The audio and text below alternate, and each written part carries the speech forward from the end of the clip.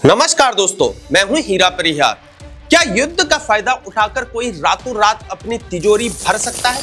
जहां पूरी दुनिया ईरान इजराइल जंग की आहट से सहमी हुई है, वहीं भारत में एक ऐसी खबर आई है जिसने सबको हिलाकर रख दिया है। क्या अडानी ग्रुप इस संकट को मुनाफे के मौके में बदल रहा है? आखिर क्यों 40 रुपए की गैस सीधे 120 रुपए में बेची जा रही है? क्या आपने कभी सोचा था कि एक ही रात में किसी चीज के दाम 300% बढ़ सकते हैं? जी हाँ, अडानी ग्रुप ने एक ऐसा फैसला लिया है जिसने पूरी इंडस्ट्री में हड़कंप को मचा के रख दिया है। जहां पहले 40 रुपए देने पड़ते थे, वहां सीधे 120 रुपए वसूले जा रहे हैं। पर क्यों? क्या इसके पीछे सिर्फ युद्ध है या कुछ और ही है? आज पर्दा उठेगा इस खुली लूट के पीछे की सच्चाई से।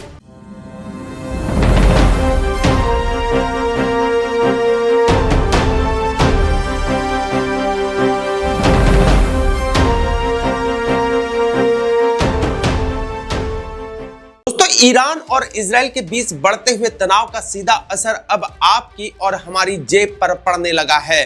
भारत की दिग्गज company Adani total gas limited ने इंडस्ट्रियल यूजर्स के लिए अपनी एलएनजी की कीमतों में आग लगा दी है। दोस्तों, सोशल मीडिया पर इस वक्त सिर्फ एक ही चर्चा चल रही है, अडानी और गैस के आसमान छूते हुए दाम। अडानी टोटल गैस लिमिटेड ने इंडस्ट्रियल यूजर्स के लिए एलएनजी की कीमतें 3 गुना बढ़ा के रख दी हैं। लोग पूछ रहे हैं कि क्या यह व्यापार है या फिर आपदा में अवसर तलाशने की पराकाष्ठा है।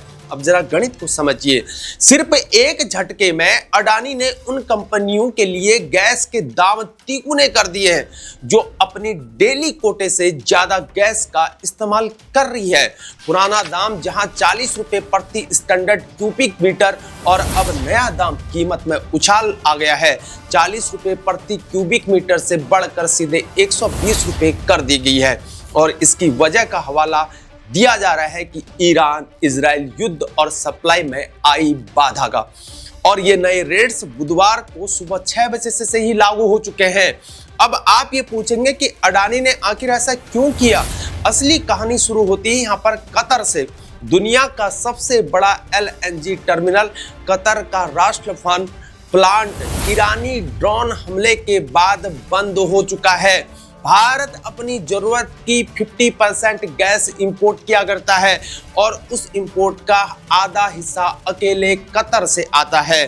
सप्लाई चेन पूरी तरह से टूट चुकी है। लेकिन यहाँ एक बड़ा सवाल खड़ा होता है, अगर अडानी के पास पहले से सस्ती गैस का स्टॉक मौजूद है तो उसे पुरानी कीमत पर आखिर क्यों नहीं बेचा जा रहा है? जंगी हालात का फायदा उठाकर जनता और इंडस्ट्री से 3 गुना दाम वसूलना, क्या ये काला बाजारी नहीं है? कल तक मीडिया चिल्ला रहा था, कह रहा था कि भारत में तेल और गैस की कोई भी कमी नहीं चल रही है।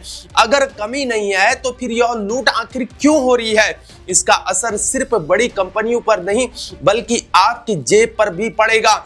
इंडस्ट्रियल गैस महंगी होगी तो फैक्ट्रियों में बनने वाला हर सामान महंगा हो जाएगा।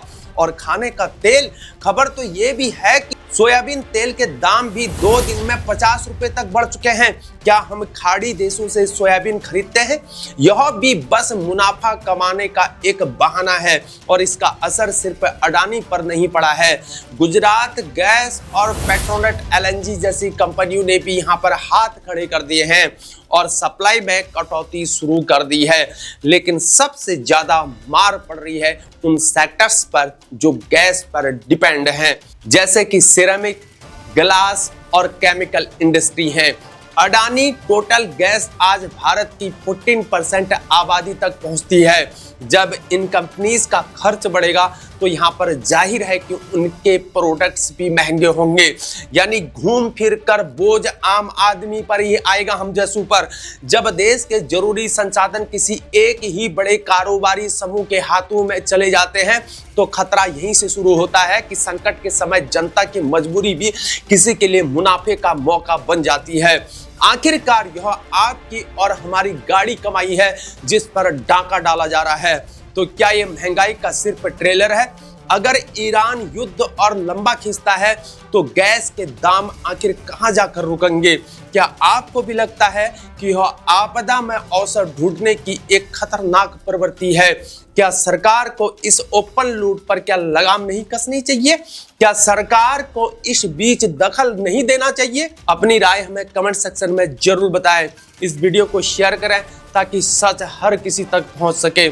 ऐसे ही बेबाक जानकारी के लिए हमारे चैनल को अब भी सब्सक्राइब करें और हमें फेसबुक, एक्स, इंस्टाग्राम और थ्रेड्स में देशभक्त डायलॉग के नाम से जरूर फॉलो करें। बने रहे हमारे साथ। जय हिंद, भारत माता की जय।